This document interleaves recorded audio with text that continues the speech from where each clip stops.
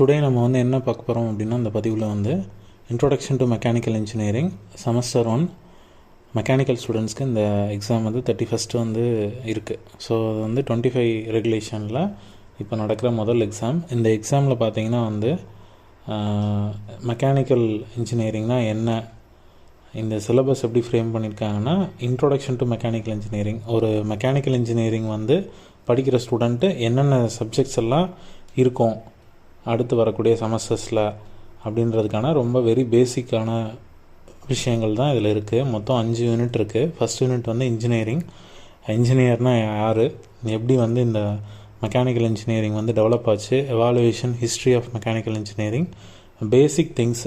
ஒரு இன்ஜினியர் அப்படின்னா அப்போ வந்து நமக்கு என்னெல்லாம் தெரிஞ்சிருக்கணும். ஸோ ஃபிசிக்ஸ் இல்லாமல் நம்ம வந்து மெக்கானிக்கல் படிக்க முடியாது, இன்ஜினியரிங்கே வந்து படிக்க முடியாது. பொதுவாக மெக்கானிக்கல், சிவில், இந்த மாதிரி ட்ரிபிள்இ, இசி எல்லாம் வந்து ஃபிசிக்ஸ் இல்லாமல் படிக்க முடியாது. ஸோ பேசிக் வந்து ஃபிசிக்ஸ் தான். ஸோ இப்போ ஃபிசிக்ஸை நம்ம வந்து ரீகால் பண்ணோம் அப்படின்னா அந்த ஃபஸ்ட் யூனிட் வந்து படிச்சிடலாம். என்ன இருக்குது ஃபிசிக்ஸில் இருந்து அப்படின்னா யூனிட் டைமென்ஷனு, எஸ்ஐ யூனிட்ஸு, அதுக்கப்புறம் வந்து பார்த்திங்கன்னா பேசிக்கான விஷயங்கள், பேசிக் மெக்கானிக்கல் விஷயங்கள், ஃபோர்ஸ்னால் என்ன, பவர்னால் என்ன, ஒர்க்டன்னா என்ன, ஸோ இந்த மாதிரியான மோஷன், இந்த மாதிரியான விஷயங்கள்லாம் வந்துட்டு இந்த முதல் யூனிட்டில் இருக்குது.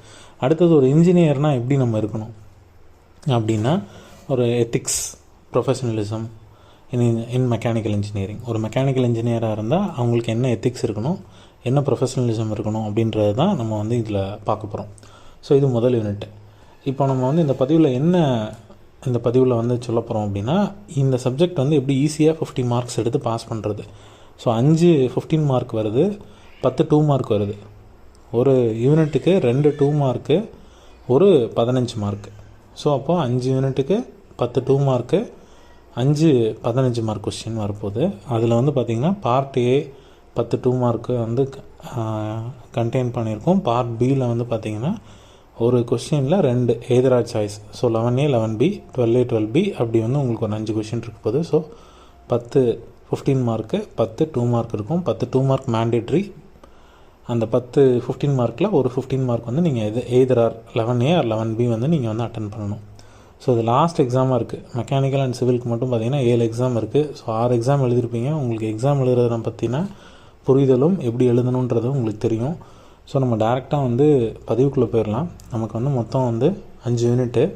ஸோ இதில் நம்ம வந்து முதல்ல வந்து 50 மார்க் எடுக்கிறதுக்கு என்ன பண்ணணும் அப்படின்னா, இது வந்து மேபி நாளைக்கு வந்து கொஷின் பேப்பரில் 31st வந்துட்டு இது 25 ரெகுலேஷன். இது வரைக்கும் இந்த எக்ஸாம் நடந்ததில்லை, ஃபஸ்ட்டு செட் நீங்கள் தான். ஸோ அப்படின்றப்ப வந்து இதில் பேசிக்கான விஷயங்கள் தான் நிறைய இருக்குது. முதல்ல நம்ம என்ன சிலபஸில் இருக்குது அப்படின்றத புரிஞ்சிக்கிட்டோம் அப்படின்னா எக்ஸாம் எழுதுறது ரொம்ப ஈஸி. ஸோ முதல் யூனிட்டில் நம்ம வந்து ப்ராப்ளம் வரட்டும், தியரி இருக்கட்டும், டெரிவேஷன்ஸ் இருக்கட்டும், கண்டிப்பாக ஒரு கொஷின் வந்து தியரி ஆர் ஒரு கொஷின் வந்து ப்ராப்ளம் அப்படி வந்து வர்றதுக்கு மோஸ்ட்டாக நிறைய வாய்ப்புகள் இருக்குது. ஏன்னா அதுக்கு வந்து கிரெடிட் வந்து 3 தான் கொடுத்துருக்காங்க, 4 கொடுக்கல. ஸோ 4 கிரெடிட் கொடுத்துருந்தா நம்ம ப்ராப்ளம் எக்ஸ்பெக்ட் பண்ணலாம். கிரெடிட் வந்து 3 அப்படின்றதுனால ப்ராப்ளம்ஸும் வரும், ஆனால் தியரி தான் மோஸ்ட்டாக நம்ம வந்து ஃபோக்கஸ் பண்ணணும். ஸோ அப்படிங்கும்போது நமக்கு வந்து ஒரு 50% ஆஃப் கொஸ்டின்ஸ் வந்து பிக் கொஸ்டின்ஸில் வந்து 15 மார்க்கில் தேறி வர்றதுக்கான சான்சஸ் வந்து அதிகம். ஸோ அந்த அடிப்படையில் நம்ம பார்த்தோன்னா முதல் யூனிட் வந்து இன்ஜினியரிங் பேசிக்ஸ். அப்போ வந்து அதில் வந்து professionalism, ethics and professionalism in இன்ஜினியரிங்ன்ற கொஸ்டின் வந்து ஒரு பெரிய கொஸ்டின் ஆகும். யூனிட் டைமென்ஷன், எஸ்ஐ யூனிட்ஸ், அது ஒரு பிக் கொஸ்டின் ஆகும்.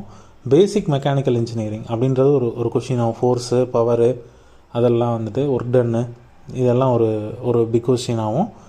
History and evaluation of mechanical engineering. So மொத்தம் 4 15 மார்க் கொஸ்டின் தான் இந்த யூனிட்லேயே இருக்குது. ஸோ இதில் தியரியை முதல்ல நீங்கள் வந்து படிச்சுக்கிட்டிங்கன்னா கண்டிப்பாக அந்த 4லேருந்து ஏதாவது ஒன்று கண்டிப்பாக வரும். ஸோ அதில் ப்ராப்ளம் வந்து இன்னொன்று வந்து கேட்பாங்க. நம்ம வந்து எம்எல்டி பற்றி நம்ம வந்து பார்த்துருக்கோம், யூனிட்னால் என்னென்னு பார்த்துருக்கோம், யூனிட்ஸ்னால் என்னென்னு பார்த்துருக்கோம், டைமென்ஷனாக என்னென்னு பார்த்துருக்கோம், எஸ்ஐ யூனிட்ஸ்னால் என்ன, எஸ்ஐ சிஸ்டம்னா என்னன்றதையும் நம்ம வந்து பார்த்துருக்கோம். ஸோ நிறைய டைப்ஸ் இருக்குது. ஸோ அந்த பதிவு வந்து நம்ம அடுத்து பார்ப்போம். 50 மார்க் வாங்குறதுக்கு என்ன பண்ணணும் அப்படின்றத இந்த பதிவில். ஸோ அப்போ வந்து முதல் யூனிட்டில் இந்த 4 பிக் கொஸ்டின் நம்ம படிச்சிட்டோம் அப்படின்னா இதில் இருந்து கண்டிப்பாக 2 2 மார்க் வந்துடும். ஃபோர்ஸு, மோஷன், பவரு, ஒர்க்டன்னு, அதுக்கப்புறம் வந்து யார் வந்து எவாலுவேஷன், என்ன நடந்துச்சு, எத்தனை வருஷமாக என்ன நடந்துச்சு அப்படின்னு சிம்பிளாக கேட்கலாம். ஸோ அந்த 4 விஷயத்துலேருந்து ஒரு கொஷின் வந்துடலாம். What is SI units, what is unit and dimension, இந்த மாதிரி வந்து எத்திக்ஸ்னால் என்ன, ப்ரொஃபஷனலிசம்னா என்னன்றத இதுலேயே ஒரு 10 கொஷின் வந்துருச்சு. ஸோ இந்த கொஷினில் இருந்தால் கண்டிப்பாக 2 மார்க்கும் வரும். ஸோ இவ்வளோ தான் முதல் யூனிட். ரெண்டாவது யூனிட் பார்த்தோம் அப்படின்னா வந்து ஸ்ட்ரென்த் ஆஃப் மெட்டீரியலோட பேசிக். ஸோ ஸ்ட்ரென்த் ஆஃப் மெட்டீரியலோட பேசிக் அப்படின்னு வரும்பொழுது நமக்கு வந்து ஸ்ட்ரெஸ்ஸு, ஸ்ட்ரெயின், டிஃபார்மேஷன்னா என்ன, ஒரு பிளாஸ்டிசிட்டினா என்ன, எலாஸ்டிசிட்டினா என்ன, ஒரு மெக்கானிக்கல் காம்போனன்ட்ஸ் வந்துட்டு நம்ம ஒரு மெக்கானிக்கல் இன்ஜினியர் ஒரு காம்போனண்ட் வந்து நம்ம மேக் பண்ண போகிறோம் அப்படின்னா அந்த காம்போனண்ட்டோட மெட்டீரியல் வந்து நம்ம எப்படி செலக்ட் பண்ணுறது, மெட்டீரியல் செலெக்ஷன் எப்படி நம்ம பண்ணுறது. ஸோ ஒரு மெட்டீரியல்னு இருந்துச்சுன்னா அந்த மெட்டீரியலுக்கான என்னென்ன ஸ்ட்ரென்த் அண்ட் ப்ராப்பர்ட்டிஸ், எப்படி அதை வந்து ஈல்டு ஸ்ட்ரெஸ் எப்படி கண்டுபிடிக்கிறது, ஹூக் ஸ்ட்ரெஸ் எப்படி கண்டுபிடிக்கிறது, அந்த ஒரு மெட்டீரியலோட மீழ்ச்சித்தன்மை எவ்வளோ இருக்கும், அந்த மெட்டீரியல் வந்து எவ்வளோ வந்து வெயிட்டை வந்து தாங்கும் அப்படின்றதெல்லாம் நம்ம வந்து மெக்கானிக்கலி எப்படி டெஸ்ட் பண்ணுறது அப்படின்றத தான் நம்ம வந்து இந்த யூனிட்டில் பார்க்க போகிறோம். ஸோ இந்த யூனிட்டில் வந்து என்னென்ன இருக்குது அப்படின்னா நம்ம வந்து சிலபஸில் வந்து பார்த்திங்கன்னா செகண்ட் யூனிட்டில் stress, strain, types of stresses, tensile stress, compressive stress, shear stress. So இது ஒரு பேசிக், இது ஒரு கொஷின். நெக்ஸ்ட் வந்து பார்த்திங்கன்னா எலாஸ்டிசிட்டி அண்டு பிளாஸ்டிசிட்டி, இது ஒரு big question. Mechanical properties of materials, strength, toughness, hardness, இது 3 மட்டும் தான் கேட்குறாங்க. Strength, toughness, hardness. நம்ம சிலபஸில் அது 3 தான் இருக்குது. பட் ஆனால் அதில் வந்து ஒரு 10 இருக்குது. ஸோ நமக்கு வந்து நிறைய இருக்குது மெக்கானிக்கல் ப்ராப்பர்ட்டிஸில். இந்த மெக்கானிக்கல் ப்ராப்பர்ட்டிஸ் ஆஃப் மெட்டீரியலில் ஸ்ட்ரென்த்து, டஃப்னஸ்ஸு, ஹார்ட்னஸ் இதுதான் வந்துட்டு நமக்கு வந்து இதில் கேட்டிருக்காங்க. ஸோ இதோட ஒரு ஹாஃப் முடியுது. Introduction to bending, torsion and axial loading, simple structural analysis and design concept அப்படின்றது வந்து செகண்ட் ஹாஃப். ஸோ முதல்ல நம்ம வந்து ஃபஸ்ட் ஹாஃபில் வந்து பேசிக்காக ஸ்ட்ரெஸ்ஸு, ஸ்ட்ரெயின்னா என்ன, டைப்ஸ் ஆஃப் ஸ்ட்ரெஸ்ஸஸ்னால் என்ன, டென்சைல்னா என்ன, கம்ப்ரசிவ்னா என்ன, ஷியர்னா என்ன அப்படின்றத வந்து ஒரு கொஷினாகவும், எலாஸ்டிசிட்டி, பிளாஸ்டிக்னா என்ன அப்படின்றது 2வது கொஷினாகவும், மெக்கானிக்கல் ப்ராப்பர்ட்டிஸ் ஆஃப் மெட்டீரியல் அப்படின்றது 3வது கொஷினாகவும் வருது. 4வது கொஷின் வந்து பார்த்திங்கன்னா introduction to bending, torsion, axial loading, simple structural analysis and design concept. So இதில் வந்து இதுதான் வந்து ஒரு 6 கொஷின் நமக்கு வந்து இந்த 2வது யூனிட்டில் இருக்குது. Mechanics of materials and structures. So நம்ம மெக்கானிக்ஸ் ஆஃப் மெட்டீரியல் வந்து படித்தோன்னா நமக்கு ஒரு கொஷின் வந்துடும். ஸ்ட்ரக்சர்ஸ் வந்து செகண்ட் ஹாஃபில் இருக்குது. ஸோ முதல்ல நம்ம வந்து இந்த ஹார்ட்னஸ் வரைக்கும் படித்தோன்னா நமக்கு ஒரு கொஷின் வந்து ஈஸியாக அட்டன் பண்ணிடலாம். அதே மாதிரி இதை படிச்சிங்கன்னா அதுலேருந்து ஒரு 2 மார்க்கும் வந்துடும். ஸ்ட்ரெஸ்னா என்ன, ஸ்ட்ரெயின்னா என்ன, what is tensile, what is compressive, difference between tensile and compressive stress,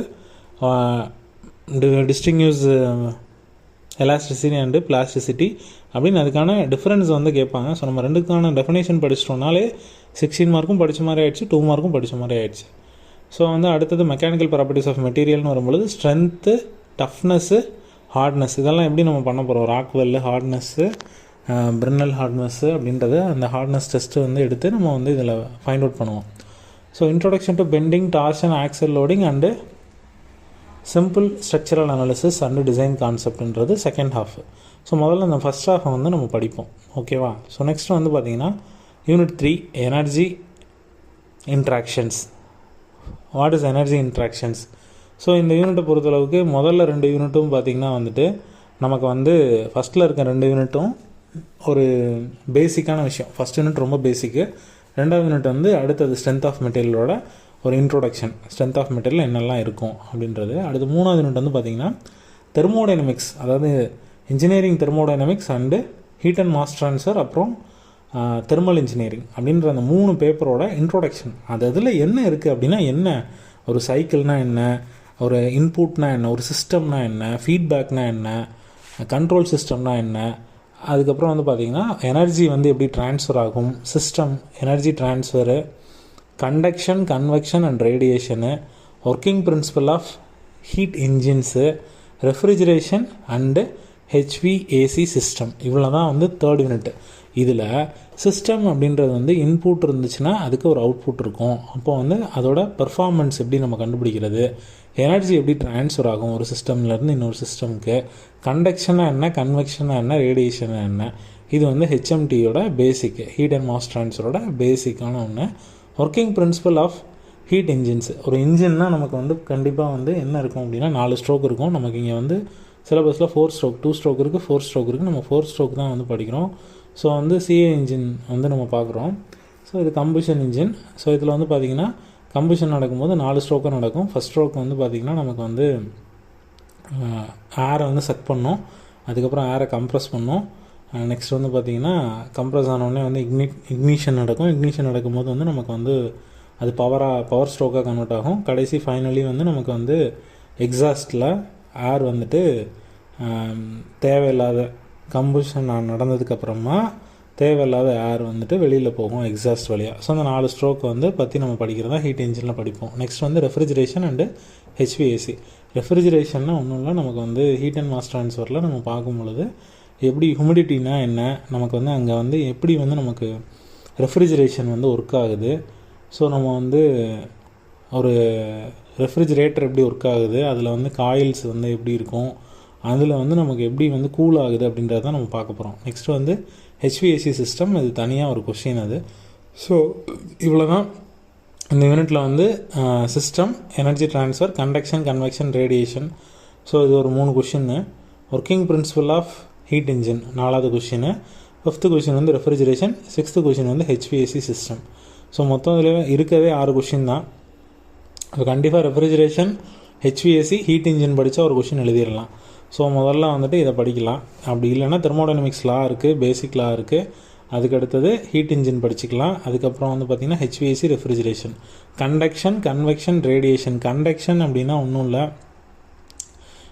நமக்கு வந்து ஒரு மீடியம் வந்து இருக்கும். இப்போ நம்ம வீட்டில் வந்து ஒரு செவர் இருக்குது அப்படின்னா சூரிய ஒளி வந்து அடிக்குது, அது வழியாக வந்து நமக்கு வந்து ஹீட் வந்து ட்ரான்ஸ்ஃபர் ஆகுது. ஸோ நம்ம வந்து வீட்டுக்குள்ளே வந்து வெப்பமயமாகுதல், நம்ம வந்து மொட்டை மாடியில் ஃபஸ்ட் ஃப்ளோரில் இருக்கோம் அப்படின்னா கிரவுண்ட் ஃப்ளோர் இருக்கும், ஃபஸ்ட் ஃப்ளோர் இருக்கும், செகண்ட் ஃப்ளோர் இருக்கும், தேர்ட் ஃப்ளோர் இருக்கும்.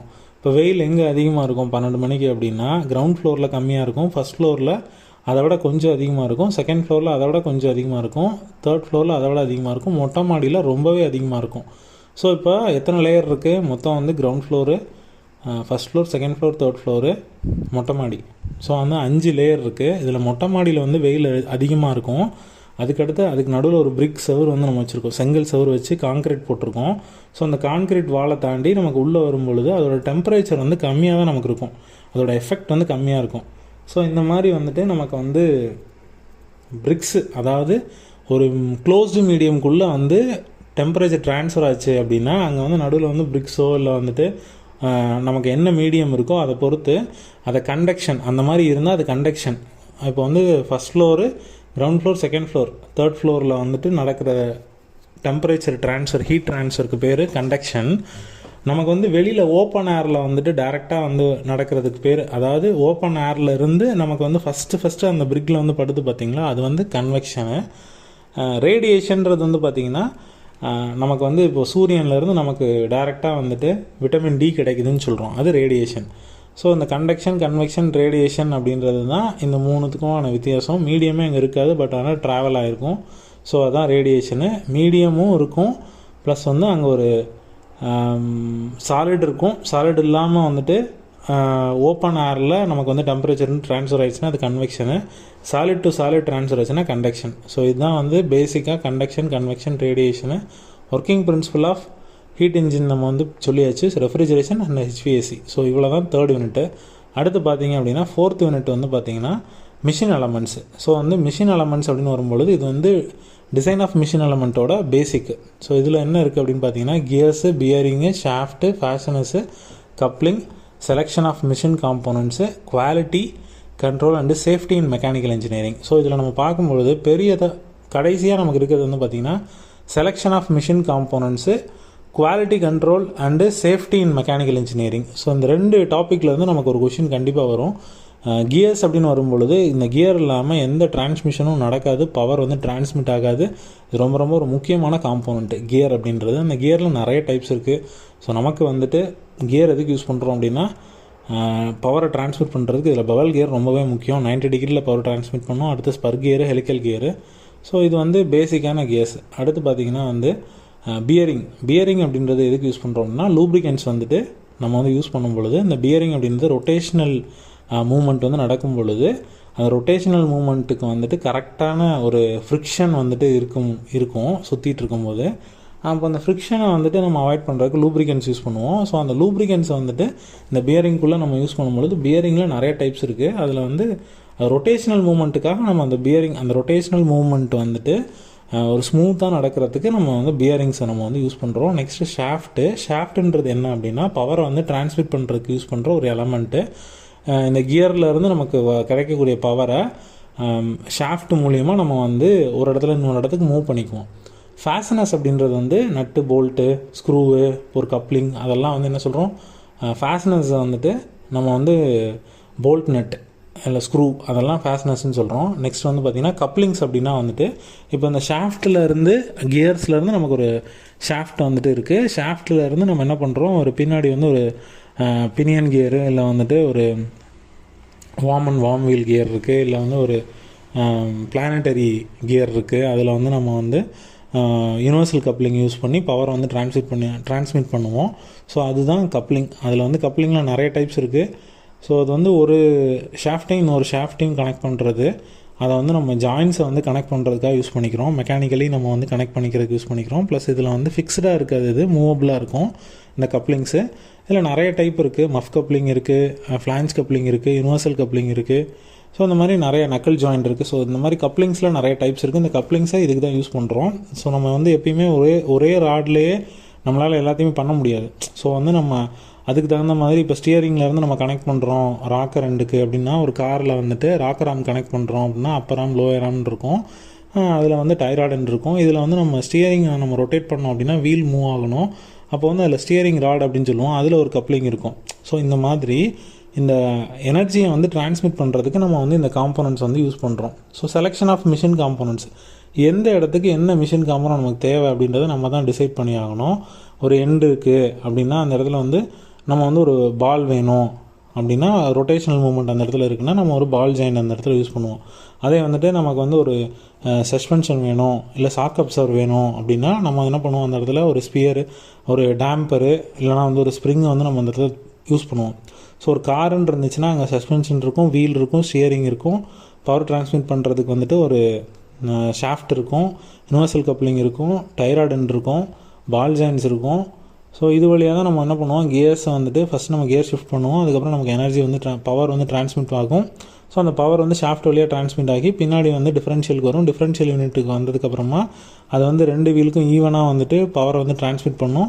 ஸோ அப்போ வந்து வீல் மூவ் ஆகும். வீல் மூவ் ஆகும்போது நமக்கு வந்து ஃப்ரிக்ஷன் வந்துட்டு ரோடுக்கும் வீலுக்கும் இருக்கும். அந்த ஃப்ரிக்ஷனை தாண்டி தான் நமக்கு அந்த வண்டி மூவ் ஆகும். ஸோ பின்னாடி வீல் மூவ் ஆகும் பொழுது முன்னாடி வீலும் மூவ் ஆகும். இது வந்து ஃப்ரண்ட் இன்ஜின் மவுண்ட்டு, இன்ஜின் முன்னாடி இருக்கும். பட் ஆனால் ரியர் ஆக்சைடில் இருந்து நமக்கு வந்து பவர் வந்து டிரான்ஸ்மிட் ஆகி அதுக்கப்புறம் வண்டி வந்து மூவ் ஆகும். ஸோ இந்த விஷயத்துக்கு என்னென்ன காம்போனண்ட்லாம் தேவைன்றதை நம்ம தான் செலக்ட் பண்ணணும். அதான் selection of machine components. Quality control and safety in mechanical engineering. So we are mechanical engineers. நமக்கு வந்து எப்போயுமே நிறைய கூடுதலான பொறுப்பு இருக்குது.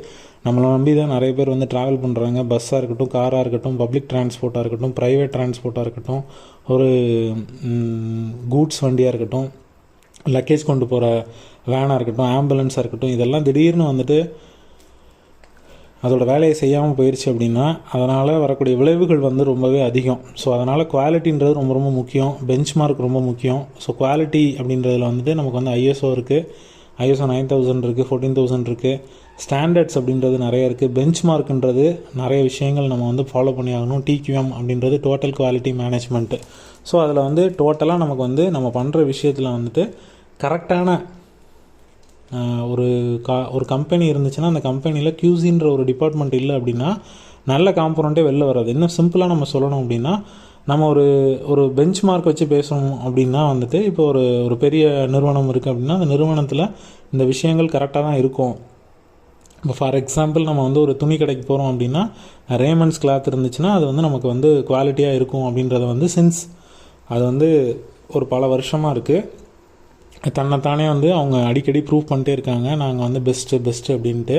நிறைய பேரோட யூசர் ரிவ்யூஸ் இருக்கும் இல்லையா, அதை வச்சு தான் நம்ம வந்து என்ன பண்ணுறோம், அந்த ப்ராடக்ட் நல்லாயிருக்கும், அந்த ப்ராடக்ட் வந்து நமக்கு வந்து எந்த விதமான பிரச்சனையும் இருக்காது, அதை வந்து கேரண்டியாக நம்மளால் வந்துட்டு அதை வியர் பண்ண முடியும், பல வருடங்களுக்கு உழைக்கும் அப்படின்றத வந்து நிறைய பேர் வந்து யூசர்ஸோட ரிவ்யூ வச்சு ப்ளஸ் அந்த இன்ஜினியர்ஸோட நம்பிக்கையை வச்சு, ப்ளஸ் வந்து அந்த பிராண்டில் இருக்க நம்பிக்கையை வச்சு நம்ம அதை பயன்படுத்துகிறோம். ஸோ அதுதான் வந்துட்டு குவாலிட்டி கண்ட்ரோலோட முக்கிய வந்துட்டு சக்ஸஸ் அப்படின்னு சொல்கிறோம். நெக்ஸ்ட் வந்து சேஃப்டி இன் மெக்கானிக்கல் இன்ஜினியரிங். இப்போ நம்ம எதாக இருந்தாலும் இப்போ நமக்கு வந்து சேஃப்டின்றது ரொம்ப முக்கியம். இப்போ வந்து நம்ம வீட்டில் நம்ம தோசை ஊற்றுறோம் அப்படின்னா தோசைக்கல்லில் வந்து கரண்டி வச்சு தான் எடுக்கணும். கை வச்சு திருப்பி போடுறேன்னு சொன்னோன்னா கை சுட்டுரும். ஸோ அப்போ சேஃப்டி மெஷர்ஸ் என்ன, அங்கே கரண்டியை வச்சு தான் திருப்பணும், தோசை திருப்பி வச்சு திருப்பணும். இதே மாதிரி நம்ம காரில் வந்துட்டு இன்ஜின்னா அதுக்கு வந்து ஹீட் ஆகும்னா அங்கே இன்ஜின் ஆயில் ஊற்றணும். இப்போ வந்து இன்ஜின் ஆயில் இருக்குது அப்படின்னா இன்ஜினை வந்து அது கூல் பண்ணிட்டே இருக்கும்.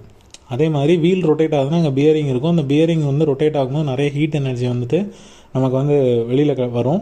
அந்த ஹீட்டை வந்து நம்ம மறுபடியும் வந்துட்டு ஓவர் கம் பண்ணணும் அப்படின்னா நம்ம அந்த இடத்துல க்ரீஸ் வந்து அப்ளை பண்ணி லூப்ரிகண்ட்டாக க்ரீஸ் அப்ளை பண்ணுறோம்.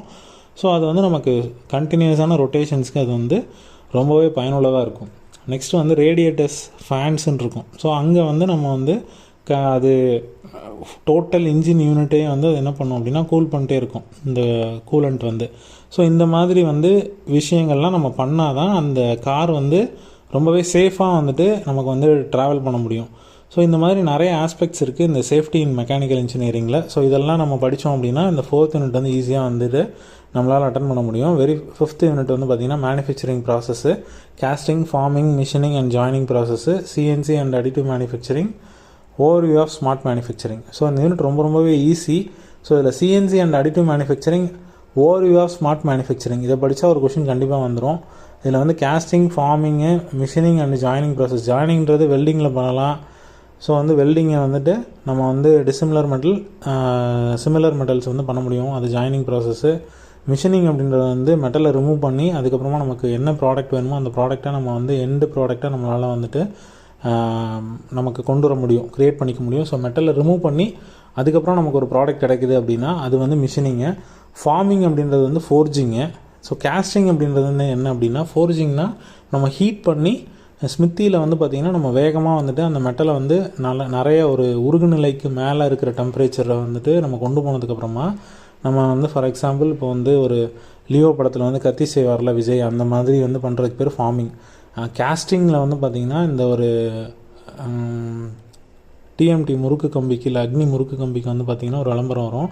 சரத்குமார் வந்து அதில் இருப்பார். அந்த விளம்பரத்தில் வந்து பார்த்தீங்கன்னா உனக்கு வந்து மெட்டலை வந்து ஊற்றுவாங்க உருக்கி. அப்போ வந்து அது அழகாக வந்துட்டு ஒரு என்ன ஃபார்மில் ஊற்றுறோமோ அந்த ஃபார்மில் நமக்கு வந்து கிடைக்கும். அதுக்கப்புறம் நம்ம வந்து தட்டி நமக்கு தேவையான பதத்தில் வந்து நம்ம வந்து எடுத்துக்குவோம். இது வந்து கேஸ்டிங். ஃபார்மிங் அப்படின்றது வந்துட்டு சேம் தான், பட் ஆனால் இங்கே வந்து ஹீட் பண்ண மாட்டோம். கோல்டில் ஹீட் பண்ணாமல் பண்ணால் அதுக்கு பேர் கோல்டு ஃபார்மிங். ஹீட் பண்ணி பண்ணால் அது வந்து கோல்டு கிடையாது, ஹாட்டு. ஸோ இவ்வளோ தான், சின்ன சின்ன வித்தியாசம் தான். ஸோ அது வந்து ரொம்பவே பேசிக்காக இருக்கும்.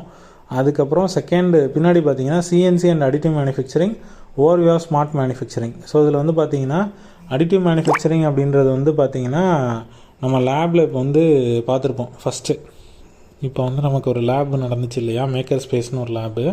அந்த லேபில் வந்து நம்ம அடிட்டிவ் மேனுஃபேக்சரிங்னா என்னென்னு பார்த்துருப்போம். Layer by layer manufacturing. அப்படியே அந்த மிஷினிங்க்கு அது அப்படியே டேரெக்டாக அன்கன்வென்ஷனல் மிஷினிங் ப்ராசஸ் அப்படின்னு நம்ம வந்து இருக்குது. அதாவது நான் ட்ரெடிஷ்னல் மிஷினிங் ப்ராசஸ். ரீசண்டாக வந்துட்டு இப்படி தான் அந்த சப்ஜெக்ட் வந்து பேர் வச்சுருக்காங்க. ஸோ அதில் வந்து அடிட்டிவ் மேனுஃபேக்சரிங் அப்படின்றது என்ன அப்படின்னா ஒரு 3D பிரிண்டிங். அடிட்டிவ் மேனுஃபேக்சரிங் அப்படின்னா என்னென்னா ஒரு லேயர் பை லேயர். அப்போ வந்து நம்ம லேபில் வந்து பார்த்திங்கன்னா நம்ம 3D பிரிண்டர் இருக்குது. அந்த 3D பிரிண்டரில் நம்ம ஒரு ப்ராடக்ட்டை நம்ம காம்பனண்ட்டை செஞ்சோம் அப்படின்னா லேயர் பை லேயராக அது வந்துட்டு மேலே வந்துகிட்டே இருக்கும். இப்போ ஒரு டாய் நம்ம செய்கிறோம் இல்லை ஒரு பொம்மை செய்கிறோம் அப்படின்னா வந்து இங்கே மெட்டீரியல் வந்து வேஸ்ட் பண்ண மாட்டோம், மெட்டீரியல் வந்து ஆட் பண்ணுவோம். அப்போ ஆட் பண்ண நமக்கு என்ன தேவையோ அது வந்து நமக்கு கிடைக்கும். ஸோ இமேஜின் பண்ணிக்கோங்க, இப்போ வந்து ஒரு ரோபோ நமக்கு வேணும் அப்படின்னா ரோபோவை வந்து கீழே ஷூலேருந்து தலை வரைக்கும் லேயர் பை லேயராக மெட்டீரியலை வந்து ஆட் பண்ணிட்டே இருப்போம். ஸோ அதுதான் அடிட்டிவ் மேனுஃபேக்சரிங். நெக்ஸ்ட்டு வந்து ஸ்மார்ட் மேனுஃபேக்சரிங் அப்படின்றது வந்துட்டு இப்போ யூஸ் பண்ணுற இந்த சிஎன்சி அப்படின்றது கம்ப்யூட்டர் நியூமரிக்கல் கண்ட்ரோல். அதாவது நியூமரிக்கல் கண்ட்ரோல்னு ஒன்று இருக்குது, என்சி இருக்குது, சிஎன்சி இருக்குது. என்சி வந்து பார்த்திங்கன்னா ரொம்ப பழசு. அதாவது மிஷினிங் பண்ணுறதுக்கு முன்னாடியே நம்ம ப்ரோக்ராம் எல்லாம் பண்ணி வச்சுருவோம். அது வந்து நியூமரிக்கல் கண்ட்ரோலு. ஒரு கம்ப்யூட்டரை யூஸ் பண்ணி ஒரு சர்வரை யூஸ் பண்ணி சர்வோ மோட்டார்ஸு ப்ளஸ் வந்து ஒரு ஆட்டோமேஷன்ஸ் வந்து நம்ம பண்ணி இப்போ நம்ம பண்ண போகிற அந்த கன்வென்ஷனல் மிஷினிங்கே வந்து ப்ரோக்ராம் எழுதுவோம், ஜி கோடு எம் கோடு அப்படின்னு சொல்லி. அதுதான் வந்து சிஎன்சி மிஷின். ஸோ இல்லை G code M code preparatory function, miscellaneous function. Preparatory function அப்படின்னா என்ன அப்படின்னா ஜி கோடில் வந்து பார்த்திங்கன்னா முதல்ல அந்த மிஷினை வந்துட்டு நம்ம ஆன் பண்ணுறதுக்கு முன்னாடி என்ன விஷயங்கள்லாம் நம்ம வந்து செய்யணும் அப்படின்றத வந்து சொல்கிறது. மிஷலனியஸ் ஃபங்க்ஷன்றது வந்து என்னென்னா மிஷினை ஆன் பண்ணதுக்கப்புறமா நமக்கு வந்து அது எப்படி ரன் ஆகணும், இல்லை வந்து அதை ஆன் பண்ணுமா ஆஃப் பண்ணணுமா, ஸ்பீடு வந்து ஃபிக்ஸ் பண்ணணுமா, மூவ் பண்ணணுமா டூலை, அந்த மாதிரி டூலை செலக்ட் பண்ணுறது பிக் பண்ணுறது, இந்த மாதிரி இந்த 2 கோடை யூஸ் பண்ணி நம்ம ஃபனுக்குன்றது தான் நம்ம வந்து நார்மலாக பேசிக்காக வந்து நமக்கு சிலபஸில் இருக்குது. ஸோ நான் இதை தாண்டி இதை வந்து சீமென்ஸுன்ற கம்பெனி வந்து முதல்ல வந்து இந்த கோடை வந்து மார்க்கெட்டில் கொண்டு வந்தாங்க. ஸோ அது வந்து நமக்கு வெரி பேசிக்கான ஒரு விஷயந்தான் இதில் இருக்குது. இதில் வந்து கான்டோர் மில்லிங்னு இருக்கும், ப்ளஸ் வந்து டேர்னிங் இருக்கும், step turning, normal turning, contour milling. இப்போ இதில் வந்து பார்த்திங்கன்னா நமக்கு கண்டினியூஸு, அதுக்கப்புறம் பார்த்திங்கன்னா இன்க்ரிமெண்டல் அப்படின்னு சொல்லிட்டு நம்ம வந்து கோஆர்டினேட் சிஸ்டம்ஸ் வந்து நம்ம வந்து பார்த்துக்கலாம். ஸோ இது வந்து பேசிக்காக நம்ம வந்து சிஎன்சியில் ஒரு ப்ரோக்ராம் வந்து கண்டிப்பாக கேட்பாங்க. அடிட்டிவ் மேனுஃபேக்சரிங்னா என்னென்னா 3D பிரிண்டிங் லேயர் பை லேயராக வந்து நம்ம வந்து மெட்டீரியல் ஆட் பண்ணி அதுக்கப்புறம் நம்ம வந்து மேனுஃபேக்சரிங் வந்து பண்ணிக்கலாம். கன்வென்ஷனலில் ஒரு கொஷினும், இந்த லேயர் பை லேயரில் அடிட்டிவ் மேனுஃபேக்சரிங்கில் ஒரு கொஷினும், சிஎன்சியில் ஒரு ப்ரோக்ராமு, அதுக்கப்புறம் வந்து பார்த்திங்கன்னா ஸ்மார்ட் மேனுஃபேக்சரிங். ஸ்மார்ட் மேனுஃபேக்சரிங்கிறது என்ன அப்படின்னா கோபோட் டெக்னாலஜி, ரோபோட்டு, இந்த ரோபோட்டிக்ஸ் வச்சு நம்ம வந்து இப்போ மேனுஃபேக்சரிங் பண்ணிகிட்ருக்கோம். அப்புறம் வந்து சிபிசி வந்து வச்சுருக்கோம். இப்போ வந்து இண்டஸ்ட்ரி 4.0 வந்துருச்சு, 5.0 வந்துருச்சு. ஸோ இந்த மாதிரியான டெக்னிக்ஸ்லாம் நம்ம வந்து இதில் நம்ம வந்து படிக்க போகிறோம் ஸ்மார்ட் மேனுஃபேக்சரிங்கில்.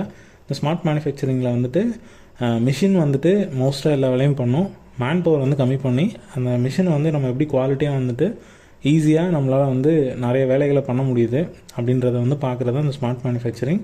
இப்போ டெஸ்லா காரெல்லாம் வந்து பார்த்திங்கன்னா ஜப்பானில் நமக்கு வந்து யூஎஸில் வந்து ரெடி ஆகுது. அதே மாதிரி ஜப்பான்லேயும் ஜெர்மன்லேயும் வந்து பார்த்திங்கன்னா 2 ரோபோ வச்சு ஒரு அசம்பிளி லைனே வந்து அவங்க வந்து டொயோட்டோ மேனுஃபேக்சரிங் கம்பெனிலலாம் பார்த்திங்கன்னா டொயோட்டோ கார் வருது இல்லையா, அதோட மேனுஃபேக்சரிங் யூனிட்டில் வந்து பார்த்திங்கன்னா 2 ரோபோ மட்டும் வச்சு அவங்க வந்து ஒரு அசம்பிளி யூனிட்டே அவங்க ஃபுல்லாக வந்துட்டு பார்த்துக்குறாங்க, 2 ஜெயின்ட் ரோபோ வச்சு. ஸோ அங்கே வந்து அந்த மிஷினை பார்த்துக்கிறதுக்கு தான் மேன் தேவையை தவிர அதோட வேலையை அது செஞ்சிடும். ஸோ இதுதான் வந்து ஸ்மார்ட் மேனுஃபேக்சரிங். ஸோ இது ஒரு இப்போ தான் வந்து இன்ட்ரோ ஆகிட்டுருக்கு. ஏஐ வச்சு எப்படி நம்ம வந்து ஒரு மேனுஃபேக்சரிங் பண்ணுறது, எப்படி வந்து சைபர் செக்யூரிட்டியை வந்து நம்ம வந்து ப்ரொடெக்ட் பண்ணுறது, ஆட்டோமேஷனாக எப்படி நம்ம வந்து ப்ராடக்ட்ஸை வந்து பண்ண முடியும், இதெல்லாம் நம்ம வந்து ட்ரையல் அண்ட் எரரில் பார்த்துட்ருக்கோம். ஸோ இது வந்து ஐஓடி, இன்டர்நெட் ஆஃப் திங்ஸ், இதெல்லாம் நம்ம வந்து இன் ஃப்யூச்சரில் மேபி வெரி ஃபியூ ஒரு 5 இயர்ஸ்க்குள்ளே நம்ம வந்து இதெல்லாம் நம்ம பழகிடுவோம். ஸோ அதனால் நமக்கு வந்து சிலபஸில் வந்து இதெல்லாம் வச்சுருக்காங்க. ஸோ இதுதான் 5 யூனிட்டு. இதில் வந்து பார்த்திங்கன்னா முதல் யூனிட்டு இன்ஜினியரிங், 2வது யூனிட் வந்து எஸ்ஓஎம், 3வது யூனிட் வந்து பார்த்திங்கன்னா எனர்ஜி, 4வது யூனிட் வந்து மிஷின் எலமெண்ட்ஸு, 5வது யூனிட் வந்து மேனுஃபேக்சரிங். ஸோ இந்த 5 யூனிட்டுமே வெரி வெரி டிஃப்ரெண்ட்டு, வெர்சடைலாக இருக்கும், ஒன்றுக்கு ஒன்றும் சம்மந்தமே கிடையாது. பட் ஆனால் இன்டர்லிங்க் இருக்கும், வேறு விஷயங்கள், பேசிக்கான விஷயங்களை அவங்களுக்கு கம்பைன் பண்ணி அதில் வந்து கொடுத்துருக்காங்க. ரொம்ப எலாபரேட்டிவாக இல்லை, ரொம்ப ஷார்ட் அண்ட் ஸ்வீட்டாக வந்துருக்கு. ஸோ இதை ஈஸியாக நம்மளால் வந்துட்டு இதை படிக்க முடியும்.